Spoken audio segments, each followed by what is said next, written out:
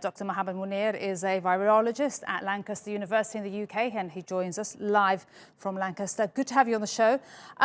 So where can you get the information? Which countries are giving you the information that you need? Because the world has just hit that 1 million mark.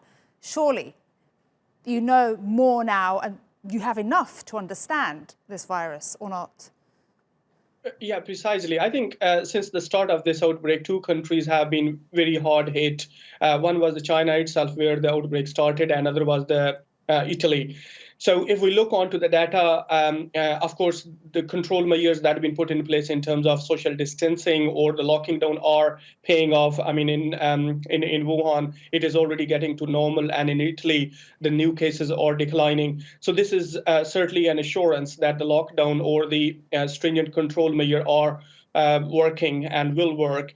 But the data that coming out from Italy is relatively more in terms of streamlined process, where there is a certain level of flow and is more similarity with many other countries. Those are hard hit now. For example, if we talk about Europe or America, I would say that there is more similarity in terms of the working timeline for the lockdown with Italy compared to with China. So the data coming from Italy is really encouraging, and that is probably the blueprint that need to be followed for the rest of the countries which are hit at the same scale. Okay. And Dr. Mohammed, is there any country that has done a study that can show who has had COVID-19? Because this is such a big question now.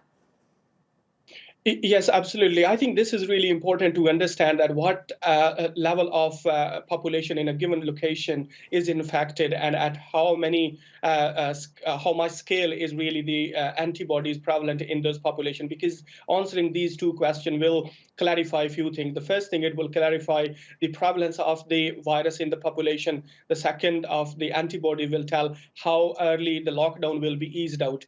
Unfortunately, no country has conducted the antibodies and the antigen testing at that scale, except, for example, in Hong Kong, in early stages, where the number of cases were really low. They picked up very quickly in the beginning. And even if we look on to the Germany perspective, and they are doing like 25,000 tests a day, still they can't claim that everyone who required to be tested, they are testing. So therefore, at this stage, I don't think any country has a capacity to perform that scale of antigen or antibody testing. But these are certainly absolute necessities to really understand the impact and overall surveillance of these viruses in any population. Okay, we'll leave it there. Thank you so much, Dr. Mohammed Munir. Really appreciate it.